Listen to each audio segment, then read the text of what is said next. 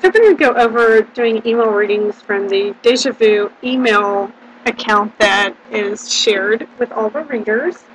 And once you log in, I find it's a good idea sometimes to click down here. You can do this, click more or less and scroll down and actually click on all mail. Sometimes emails can get lost in here, I've noticed. Right here, though, is the email reading, and if it says completed readings, that means it's been completed. It's in a folder. Don't need to worry about it. Otherwise, you want to go ahead and click on it, and I don't know if you noticed, I'll go back. It has a 2 right here, which is a little interesting. That means there's 2 messages, which is really rare. But in this instance, what happened was, you see there's one here, and then there's one below. So if you keep scrolling, you'll notice there's 2 emails in here, and she actually paid for 2, and she has 2 questions. So like I said, it's really rare, but if you see that too, you want to scroll through it and take a look at why is there 2 messages in here, because normally there's not going to be. So right here is $10 she paid, it's approved. If it says declined, that means the payment did not go through. Don't do the email. And there's actually a folder in here under labels, is what they call them, that does say declined readings, declined transactions. So just stick it in there and don't worry about it. So there's a lot of information here that you don't need to worry about at all. Sometimes notes are made here through CDM. Don't worry about it. You just come down to the comment section, and this is where her question or his question will be. That's what you're going to do a reading on. And you don't want to hit reply back. If you hit reply back, it's going to go to Infusionsoft, and it even says no reply. So don't reply back to these emails. It goes to a software system and will never reach that person. You want to actually click on their email in that form. Brings up a whole new email, and then just put Deja Vu email reading, something along those lines. And right here you can compose your email. And you want to start off saying, hello, this is your name.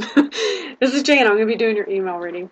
And when you start to look at what you see in their answer and start to communicate it, be mindful this may be the first time they've ever encountered us. They may have never heard of BPI, never got our style of ratings.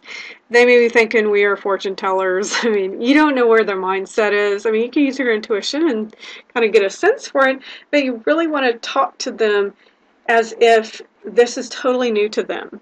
So if you say things like, oh, I see blue leaving your grounding cord, and I see green leaving your second chakra, and that looks good, and if you just start talking about things like that without an explanation as to how that's affecting them or what that means, you're going to lose that person. They're really not going to be that interested on ever even calling us, and will probably be glad they only paid $10. As a spirit, yeah, they're going to get all that communication, but we really want to communicate to them in ways that we are relatable and can really explain ourselves as to what we're looking at and how it relates to them. So you want to do the same thing in your next steps. You say your next step is to go to a spa. Yeah, okay, great, but telling them why might be a little more interesting to them. I see if you, as a next step, take yourself to a spa, it looks like it'll change the vibration of how you receive things and will set a new tone for your relationship space because the energy will be different. Whatever. Just say it in a way that they can understand it. You don't want to go into their life story on these emails, yet you don't want to throw out one sentence and be on your merry way. So really just be aware of how you are communicating and make sure you're relatable. And when you, after you finish these, you want to also put them in the folder. So, well, they call them labels on Gmail.